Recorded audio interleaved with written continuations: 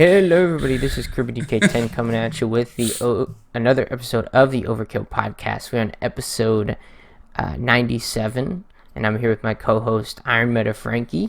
What is up?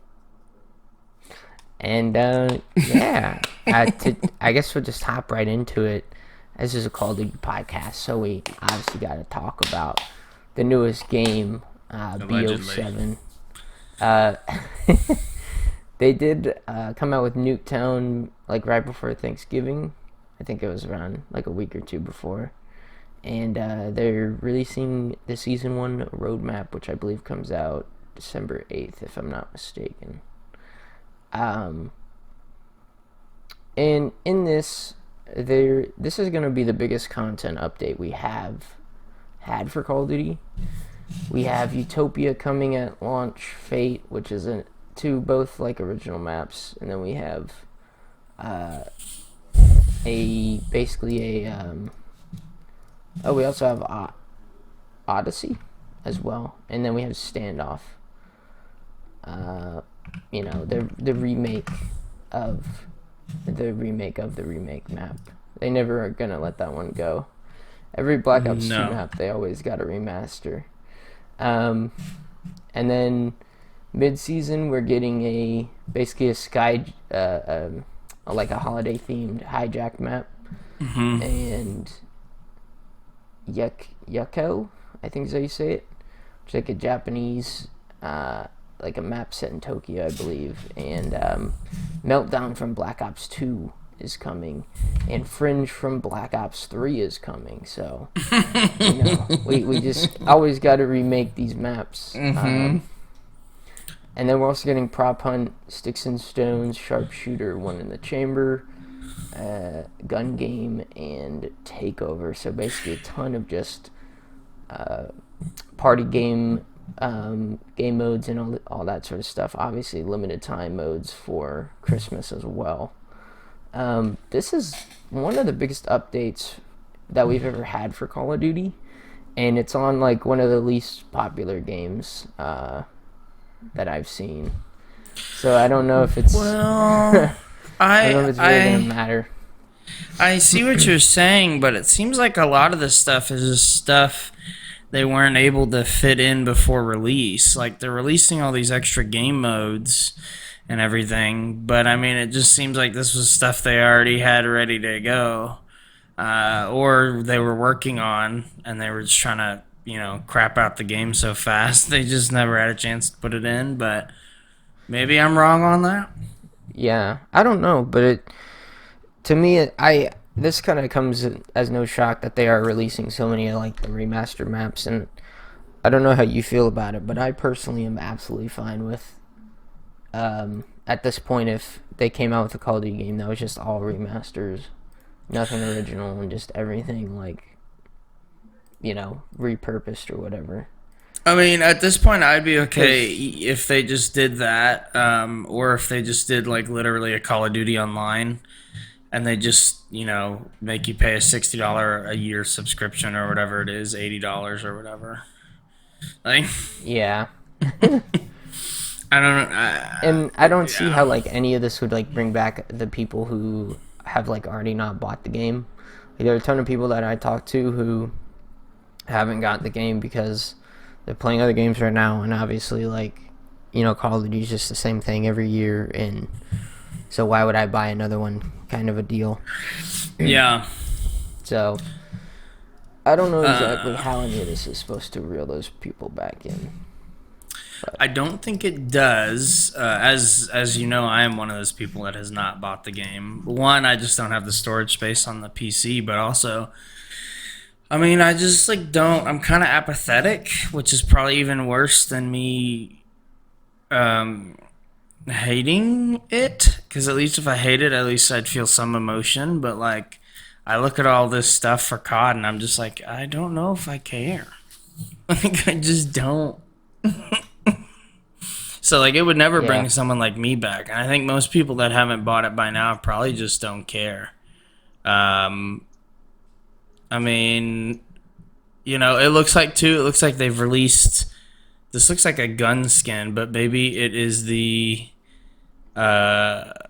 maybe this is the wonder weapon.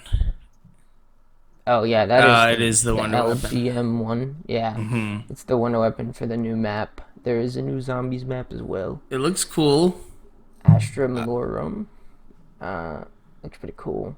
They also do have a new survival map as well, which I'm excited for because I'm a big survival guy. The survival maps are basically like the more simple maps where you just go in, get your perks, and shoot zombies and all that sort of stuff.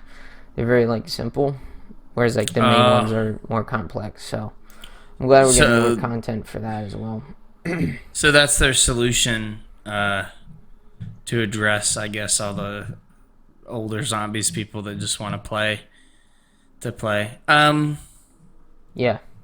Fair. I mean, that excites me a little bit. I mean, I'm glad they've done something for people that don't want to like have to look up a guide every time they play zombies. Like occasionally I don't mind it, but like at some point I'm like, man, gotta you gotta calm down with this.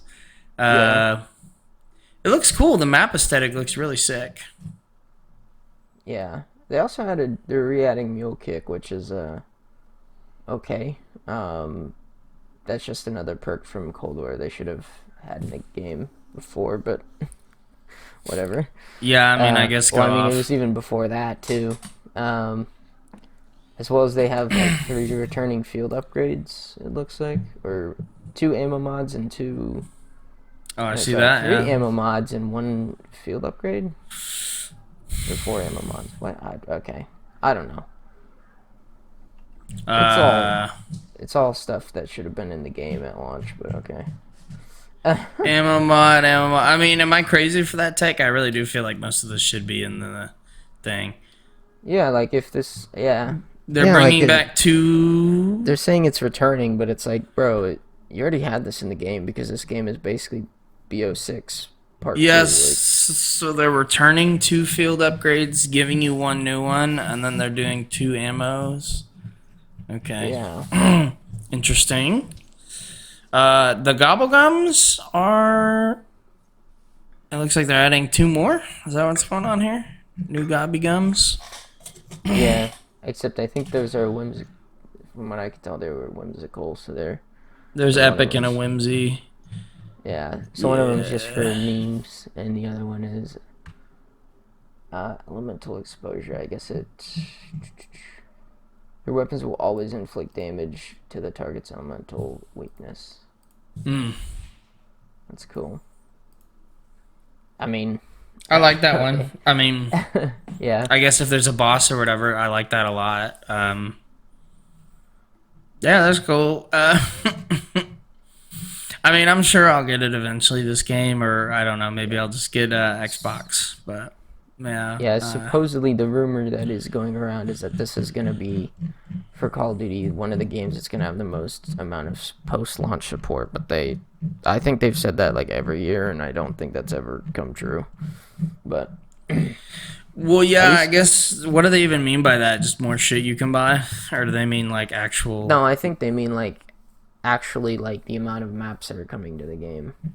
Oh, interesting. I mean, if they're starting off with Season 1 with 6 maps, that means that probably Season 2 is going to be 5, and then the next one's 4 or 3.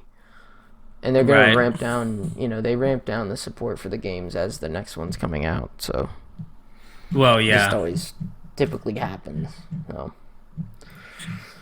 Yeah, the COD cycle is in a weird state. I mean, I know you still keep up with it a lot more, but it just seems odd because it's like, you get in the new game, it's like, oh, there's all this stuff missing. They added in like Season 1 and 2, and then you get into COD, and then you're having a good time for like 6 months, and then they just start ramping down really hard. And then it comes back, then there's a new COD where there's not all the content that was in it before. And that it's kind of like a bell curve, or like almost a bell curve kind of shape where they kind of release the game and then they kind of just shove everything in it and then do nothing and then do the next one. Yeah. And I think that's because they keep adding more and more content. And I think because of like just the bloat of like the COD franchise. I think it's just they just can't keep up. I don't know. That's my theory, though. Am I crazy on that? Am I cracked? I don't know. No. Astra Malorum. Well, it looks cool. The zombies map looks cool. Yeah. I would say their new map designs are not horrible, so I am kind of excited to see new maps. Usually I'm always like, ugh, whenever it comes to the new maps coming out. But at least the base game maps were pretty good, so... Okay. No meat, though. There's that. No meat, yeah. No meat. Need to bring back that map. Anyways, on a game that we've actually been enjoying, I guess we'll move on to the Switch time. Yeah, dude. So we've been playing a lot of Kirby Air Riders. I know you have. I'm gonna get it this Tuesday. I've just been kind of haven't had time with the exam and everything, so I figured, we'll get it now. I don't know. It's just a fun game. It's just a fun, simple Nintendo game. I think we talked about it a little last week, but Sakurai really did stay true to the formula. And I don't know. It's nice to have a game with all the content in it at launch. Yeah. Yeah, and it has that like typical Sakurai flair. You can definitely tell like the intro to the races. It like splashes up a splash screen or whatever characters are on it and what their cart is. Right. It's very like Smash Ultimate, coded or whatever. And Smash Ultimate coded, yeah. And he also has brought back the like achievement board from like the older Smash games. Mm-hmm. Where you have like all the different challenges on it, and after you complete all of them, it makes like a big image, which is pretty cool. And basically, whenever you unlock one of the squares, it will show you what you have to do for the like 4 around it. I almost have the air ride one done, and there's one for each of the modes. I play the online mode, and the online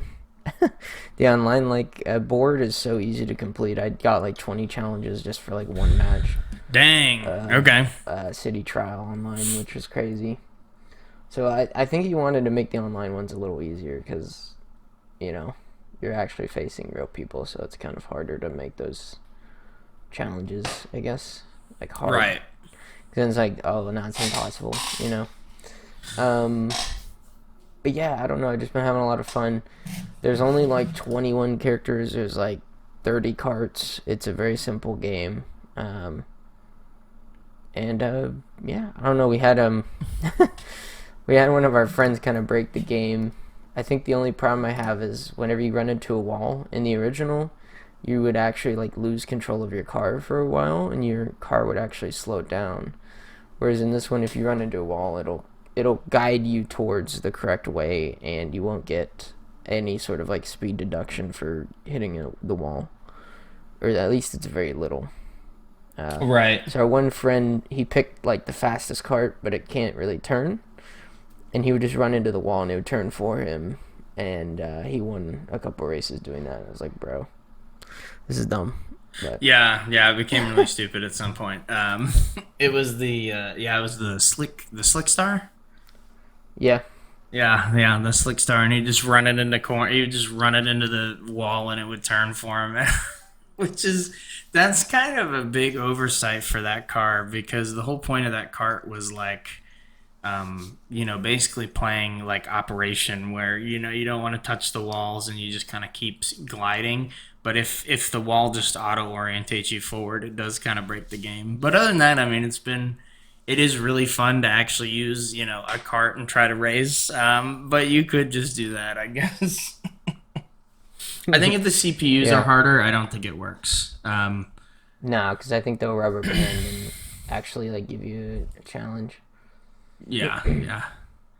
And they'll be way more accurate with their abilities and stuff, and actually try to hit you. So, yeah. I don't know though. It's just fun. It's just a stupid fun game. There's not much to say about it.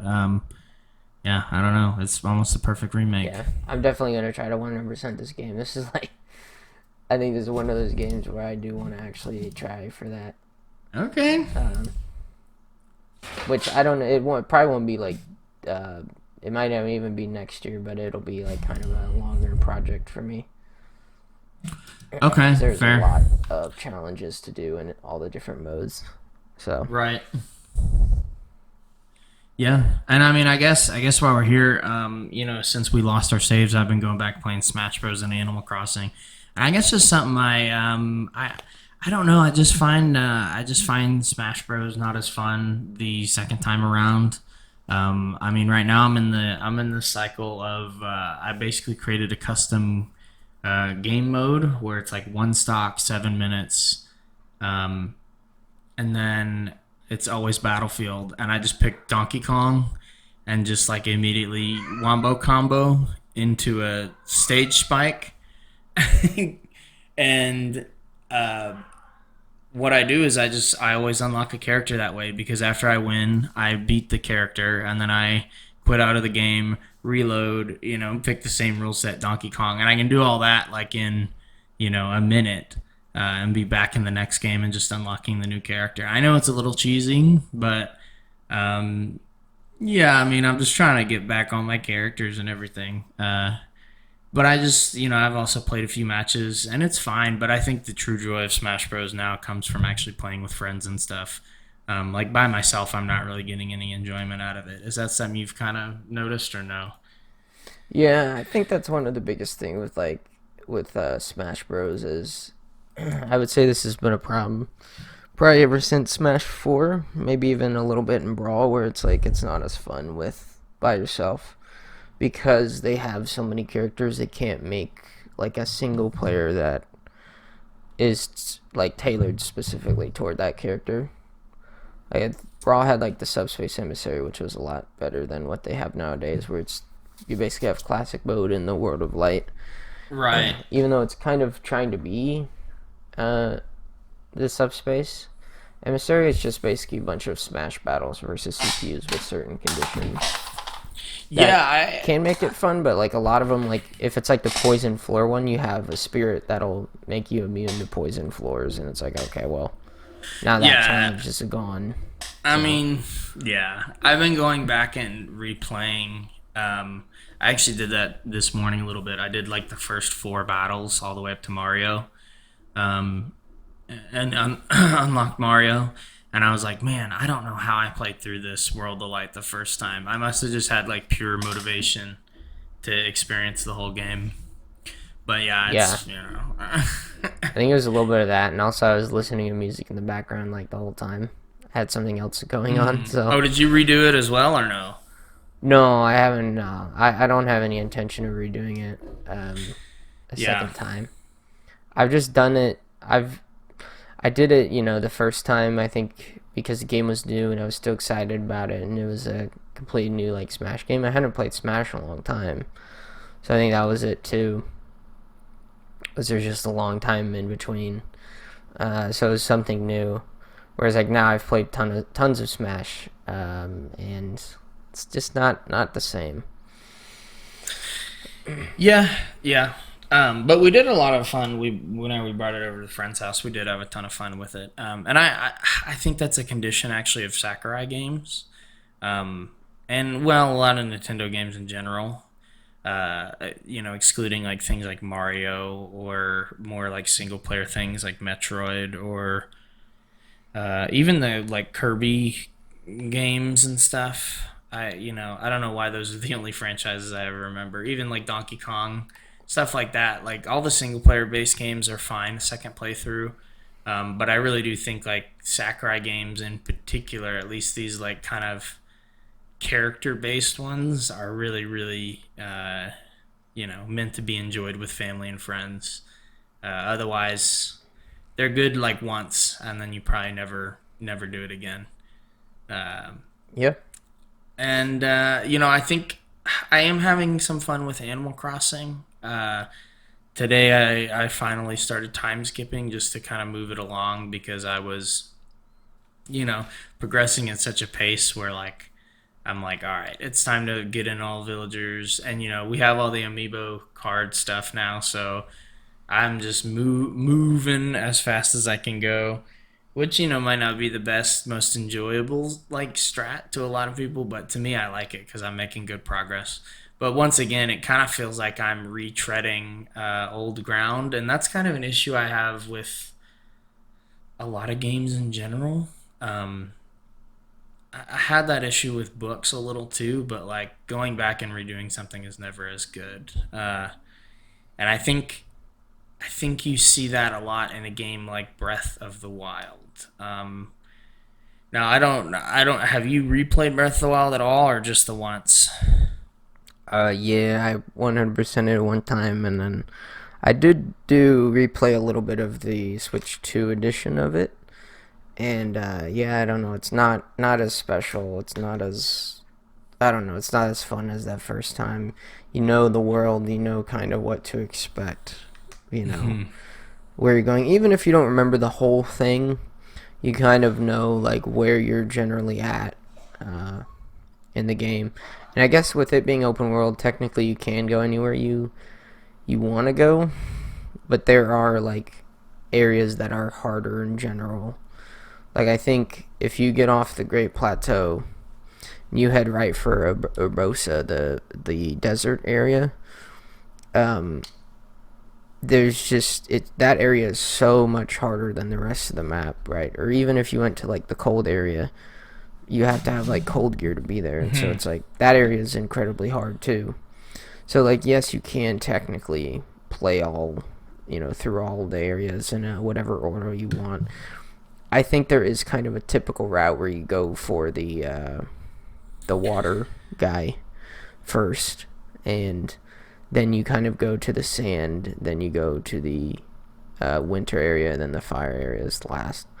Right? You can kind of switch it up, but I'd say like in general, that's kind of the way Nintendo I think wanted things to go. Um, Yeah, I mean it is. It is interesting because I think on my first playthrough, I think what I did is I did it very similar, where like as soon as you finish, because it essentially gets you off the Great Plateau, and then it kind of pushes you over to the science lab to get your Sheikah slate upgraded. Um, there is a step in between there, but I don't remember what it is. But anyways, they kind of push you over to that science lab in the bottom, in the southwest, and then from there, it's obvious you should go north to water. And then you probably should go to the closest one, which is the sand. But I think in my first playthrough, I went to the air, then I went water, then I went sand, and then fire. And I think the whole reason for that was because if you don't have like enough stamina or hearts and you haven't done like enough of the dungeons, I think the game is like hard enough to where the enemies actually spike in difficulty near the water temple. And so like it's kind of I think it's like a meaningful like skill gate where they try to tell you like, hey, you need to go upgrade more and then come back. But maybe that's just me. I'm sure if I was good enough, it wouldn't be an issue. But that's kind of the vibe I get. And I'm interested when when I'm playing through it now again is like how different does it feel, and like I kind of I've been watching videos and stuff on like the design of the game, and it was very intentionally designed to be like, here are the 4 points, and then they've added in all these little sub areas, like a little village and a little, all these bokoblin camps, and then they've added in, the stables and the random encounters, and obviously the Korok seeds to just kind of get you to wander off the path, but always end up in the same spot, which is mhm. clever. But I think the second time through, the issue that I'm facing is the first time I had natural curiosity to go check out all these things.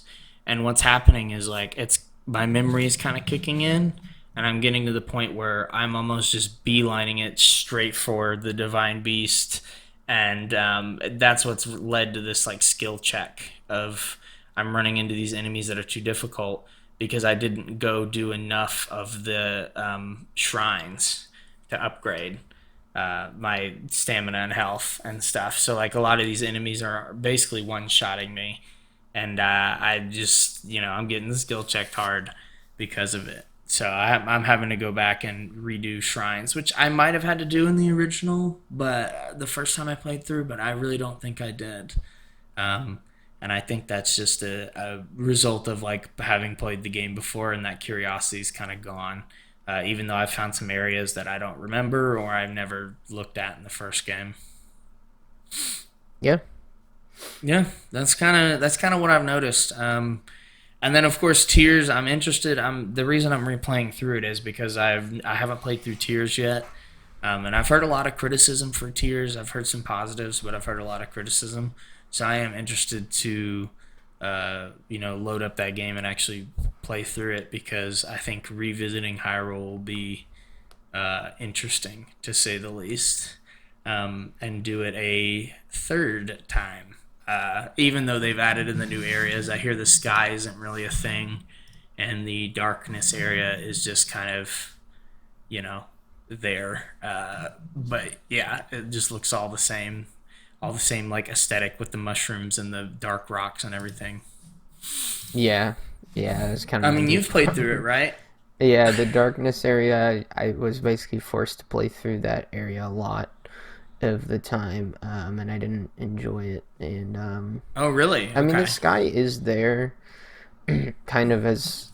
It's just, to me, it's like a little bit more of the overworld, but up high, It's like, it's just whatever.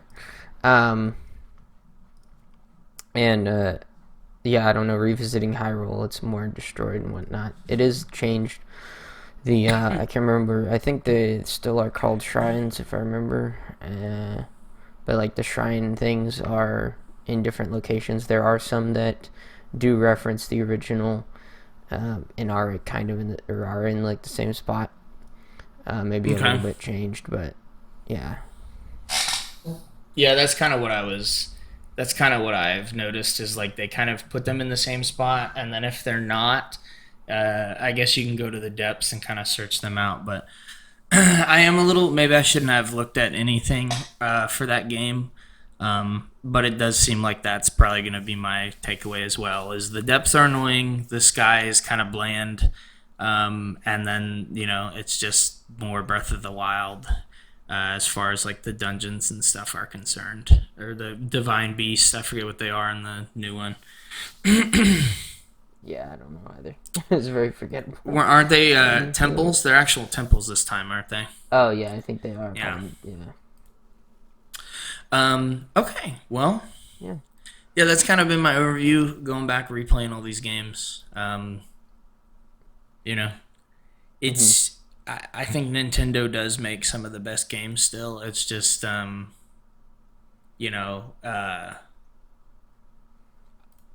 guess I've never actually taken the time to really like analyze them and replay them. I usually never replay games, so yeah. But Kirby Air Riders is fun, and I'm sure Kirby Air Riders will eventually have the Smash Bros. Problem where at some point you'll be like, okay, I can kind of table this game and bring it out for friends, but it's done, which it might be the intention, actually. So there you go. Yeah. I guess with that we can move on to another Switch game coming out. It's coming out December 4th, so in 5 days, baby. Oh, really? Metroid Prime 4. Oh, that's right. Beyond. That's right. And this game is going to be releasing on the Switch and the Switch 2, which is pretty nice. And it's gonna have the upgrade pack, bro. Always with the upgrade pack, dude. Yeah, I don't know how much you've seen of this game. Do you know? Have you seen like the demo or the video they released? I've seen some of the trailer. I mean, it looks like a Prime game, It does. There is a little companion guy that follows you around and talks a lot, though. But I don't know how involved he's gonna be. Yeah, there is. You can use the Joy-Con mouse controls to aim, which I do think is actually a pretty good feature. Okay. and I'm glad they finally have a game where you can use that functionality. I feel like a lot of maybe like they should add that to like the Splatoon games. I would love As an that for the option. Splatoon games. That would make it very playable. And as well as I wanted to kind of mention this is, at least for the Switch 2 edition, you have a quality mode, which is going to basically run the game at 4K 60 FPS docked, and a performance mode, which is 1080p docked, but at 120 FPS. And I think this is the first time we've ever seen Nintendo have Wow. this option to basically Really now? give yourself different graphics with the increased performance, or I'm sorry, with the decrease in performance, or less graphics for the increase in performance. That's interesting because I don't think Nintendo's ever done that before. That is great. Yeah, that's kind of nuts to me. Okay. Well, okay. I mean, I'm very excited to hear that. I mean, it's not as much customization as like you would get on a PC, but I'm kind of shocked. Obviously, yeah. I know a few other games have done that for like PlayStation and Xbox and other platforms, but I don't know if. I mean, I don't know. It's not like standard completely yet, so it's interesting to see Nintendo actually do that. Okay. I'd probably run it to look beautiful, but that's just because I don't care about the 60, but or the 120 as much for like Nintendo or like uh, console stuff. But yeah, it looks cool. Are you actually gonna get this game, or you just think it's interesting? I just think it's interesting. I wanted to bring it up. Yeah. I'm not a big Metroid guy. I've never played any of the Metroid games. Maybe like a little bit of like the SNES one. The Prime ones. It's kind of funny because my favorite game system is the GameCube. Like, of all time, the GameCube beats out everything else for me. And Prime is one of the games that came out on the GameCube, but I just never played any of them. And I know there's the Prime trilogy on the Wii, but I just never got into them. So I don't know, if I did play a Prime game, it probably wouldn't be this one. I would probably just emulate the original. Just gonna be honest on that. I don't want to pay $70 and potentially not enjoy the game at all.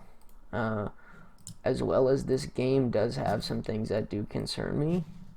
There is, and Nintendo's been doing this a lot recently, there is a open world element to this game, which I do not believe was initially going to be there, and I believe after Breath of the Wild they were like, well, everything's got to have open world now, and so I think that's kind of Oh yeah, we talked about they that. have that in there. So that's the only thing that concerns me. Yeah. Yeah, and it looks like from what I've seen, it looks like the open world is kind of just something they've slapped on, and then they've thrown like some enemies in there, kind of, which it's a little concerning because that's how I feel like they've taken care of Tears of the Kingdom. Is they were like, okay, you like Zelda, huh? Well, here's the map, and then we just copy and paste, enemies everywhere, and you figure it out. You have fun dealing with all that crap that we've put in the world, and hopefully that keeps you busy. Which is, I mean, that is how a lot of open world games operate, like The Witcher, and I guess you could say, some of those, like, especially a lot of the Century Fox games, like Mad Max. Mad Max is really bad. They just give you a bunch of like fetch quests and stuff, and it's a game I never played because I wasn't interested, but someone did the math and there was like 300 hours or something worth of side quest, and then the main game was like 20 hours, and it was like, okay, let's calm down. And that's kind of what I feel like the open world design philosophy is in general, is just copy and paste things, and then you figure it out. You hopefully that's fun enough for you. Yeah, I don't know. I'm probably not gonna get it. I'm gonna be honest. Yeah. And I think the only game that's like been able to escape this is Kirby Air Riders, and that's because the city trials kind of. I think they kind of were like, well, that's technically our open world game mode, you know. Yeah, I guess I'm most shocked with the, I guess like Mario Kart one. Like I don't even know why it's Yeah. there. Yeah, the Mario Kart one, that completely ruined the game, bro. There's nothing to do in the open world besides get like stickers that don't matter. And that's it, bro. The open world is just there to be there, I guess. Nintendo is always at its best whenever they make tight, coordinated, linear experiences. I think, I guess you say guided. They really should stop with the open world stuff. I think you're right. I think it hit so big with Breath of the Wild, doing so well that they're like, well, shoot, now we have to do everything like that, and it really is just cooking them. Yeah. Even games. I mean, there are some games where it's been, where you can't do it. I mean, I don't think you can do it in an Animal Crossing, although in a way they kind of have, allowing you to do whatever you want essentially, and like never have any friction in the game. I guess that's as close as you get to like open world ideas in Animal Crossing, but yeah, I think there are some franchises where they can't do it. Smash Bros, I could totally see them doing it in the next Smash Bros though. So like instead of World of Light, it's like an open world with like encounters, almost like Pokemon or something. I don't know. Or you actually fight like in the open world. I don't know, man. I think they're gonna do it in Smash Bros. What do you think? Oh yeah. Well, they could do like a kind of like a subspace emissary thing, maybe. Like have it be like a gigantic map, and you kind of just explore it, maybe.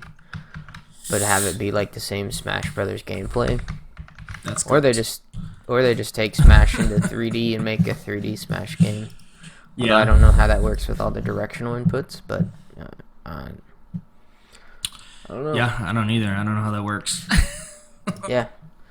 Wow. And I guess me and Meadow were kind of talking about this, but we were talking about some of the Sonic games, and we kind of got into this because I've noticed this too, just being a longtime fan of Sonic, is you kind of have like the Sonic, I would call them the Sonic fan base, and that is kind of the people who have like all the OCs and stuff like that. And there's nothing, hey, I don't think there's anything wrong with doing that. If you want to you do whatever you want, right? And like, the people who like are really obsessed with Sonic and all the characters in the game, and then they're just kind of like normie, I would call them normie Sonic fans. And these are kind of just people who enjoy the games and who play them and are like, oh, that's cool, and then they just don't think about it ever again. And I would consider myself a little bit of a normie fan. At points in my life, I've gotten really like autistically obsessed with like Sonic Adventure 2, and I've gone back and I replayed that one a ton. But other than that, like, I just don't. To me, like, Sonic is like one of those things where, if a good game comes out, I'll play it and beat it, and then that's it. Right. I don't really think about it too much. Yeah, what's your take on it, bro?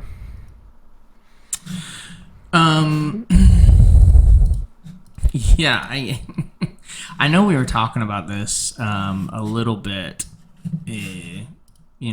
earlier in the week, and I think we did kind of settle on the stark contrast between you're right, the stark contrast between like the core fans and normie fans is pretty noticeable. I mean, a lot of these, I don't know how else to put it, but a lot of these like dedicated fans are really, really obsessed.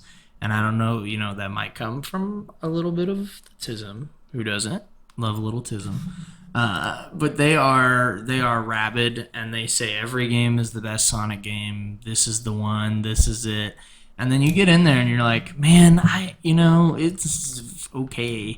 And I feel like you got a lot of this with like Sonic 06 or even just, even just some of the recent games like, what was that one? Forces? Ooh, Forces. Oh, yeah. Yeah, just not good. I do feel like they do align on a few things though. Usually if the Sonic game is actually really good, the normie fans and the dedicated ones will kind of agree. If you ever get like a Sonic Adventure 2 or even like a, the more recent one, what's that one that came out? I've been hearing good Frontiers? things. Yeah, I've been hearing good things about from Frontiers from both normies and really, really obsessed people. So it probably is a good game. I think that's a good gauge for it. Or do you not think so? I think if they both agree, I think it's usually a good sign. Yeah. Like, I know there are some Sonic fans who are so rabid they would defend, like, Sonic Boom, Rise of Lyric, or, Yeah. Well, Sonic yeah. 06. And Well, it's they're I too don't know. far gone. I mean, I can understand if you defend Sonic 06 and you only like the Sonic sections, because it's basically trying to be Sonic Adventure 3, right? And like that's Right. been a dream for fans for all this time, is we would finally get another Sonic Adventure game, but I don't see that happening. I could see them remastering the original adventure games, but yeah. I think the thing is like the Sonic fan base, they can agree with the normie fans that the 2D games are probably the best ones. Mm-hmm. And whenever it comes to 3D, you have Adventure 2, Generations, and there's another one, I'm forgetting it, and then you have Frontiers. I would say those are like the 3 or the 4 like really good 3D games that they've came out with. And then basically everything 2D is pretty decent. Yeah, 2D Sonic's really hard to mess up. I don't know if they've ever successfully messed that up, but yeah, I don't know. That's just a trend I think we were talking about. Is like anytime that both sides of the fan base kind of come together, that's how you know it's a good one. Yeah. Is there anything in particular you want to talk about with this, or is that it? No, I think I okay. just want to bring that up real quick. Yeah. I guess I've been going back and forth on deciding if I really want to buy the amiibos for Air Ride. I keep landing on no and then yes for a second and then no, so it's probably not going to happen. They really don't. I'm going to be honest, like the amiibos, I guess that's something we could talk about.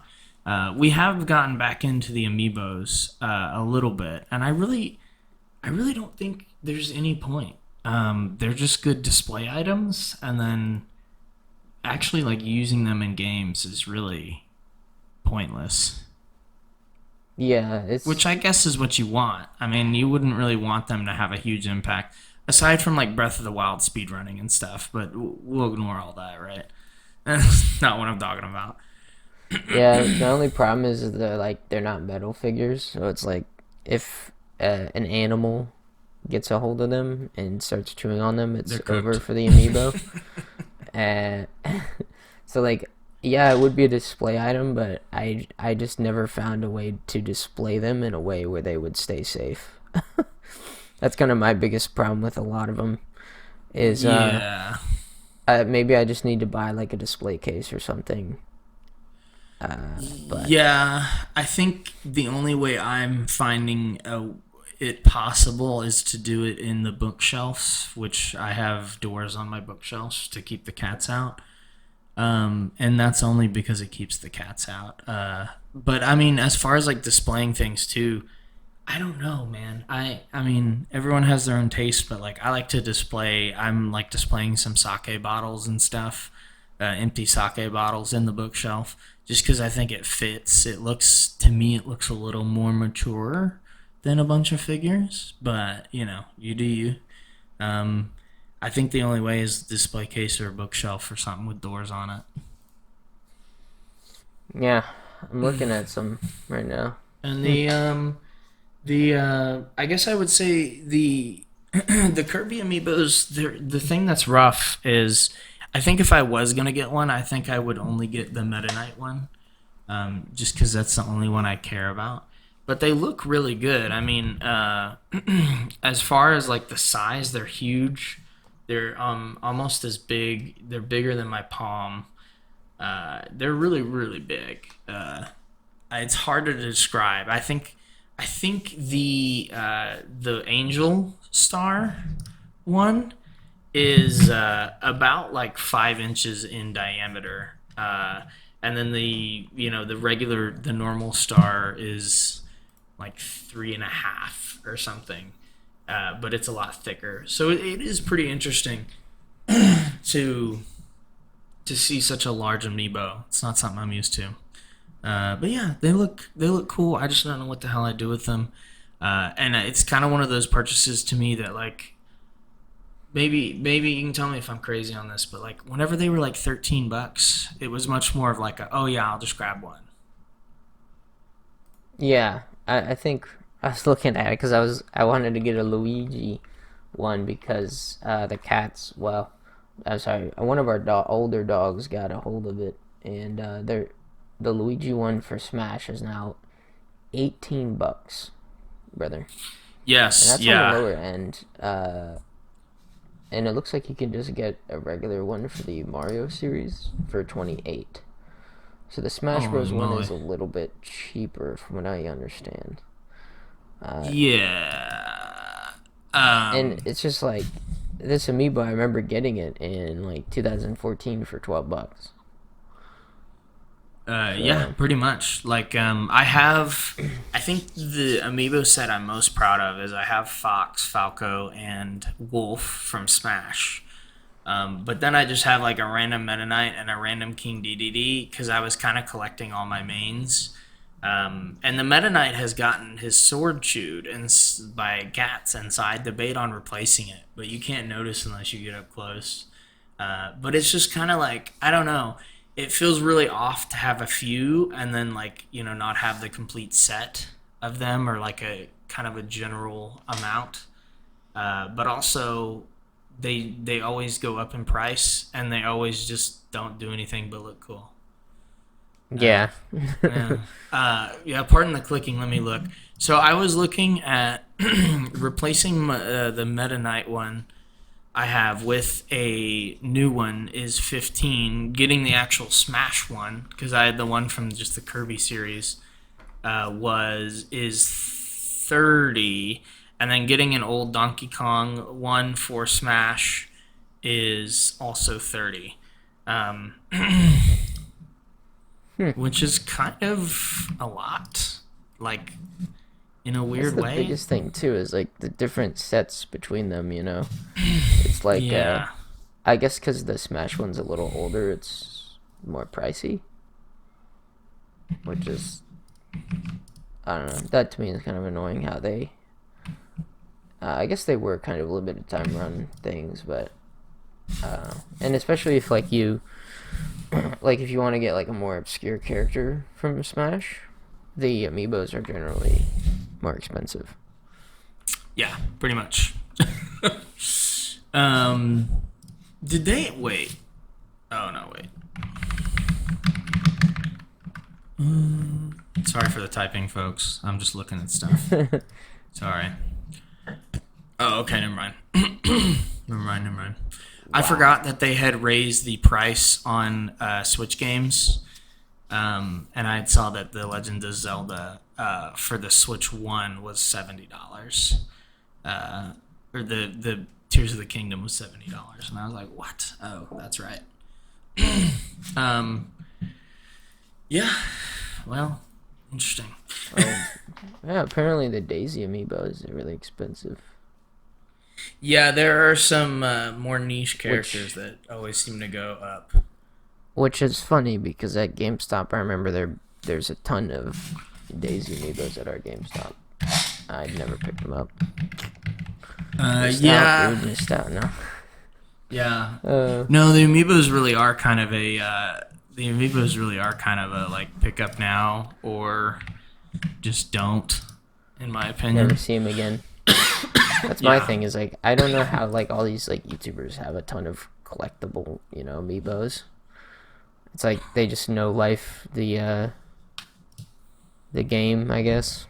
Just every time an amiibo comes out, they buy it immediately.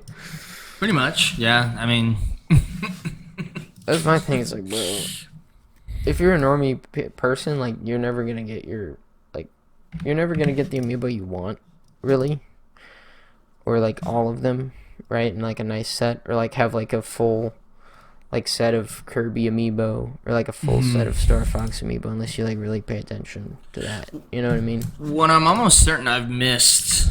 I don't know how many there are. Like I only have the ones from Smash. I guess there are only the 3. But I remember picking these up. I remember I was able to get, I think it was like Wolf and Fox, or Wolf and Falco at like Target one time, and then like for the next month or whatever, or like I had to go on the Nintendo website and wait like a month or 2 for Fox or something. I don't remember what order I got them in. And I just like had to keep track of the release dates on the amiibos, and it was really stupid. I was like, I don't know if I care. But I got them all, and that's probably the only set I have because there's only 3 of them, and they were fairly easy to come by. I don't know if like people just didn't care, or maybe, I don't know. Maybe they just were way overmade or overprinted. I'm not sure. It's really strange. Yeah, anyways, that's it. I'm glad we got to talk about the amiibo because that's a fascinating one to me. It's an odd product. Yeah. That's all I got for this episode. I think it's it. Hope you guys enjoyed. It's been your boy, KirbyDK10. It's been your boy, Meta. Bye.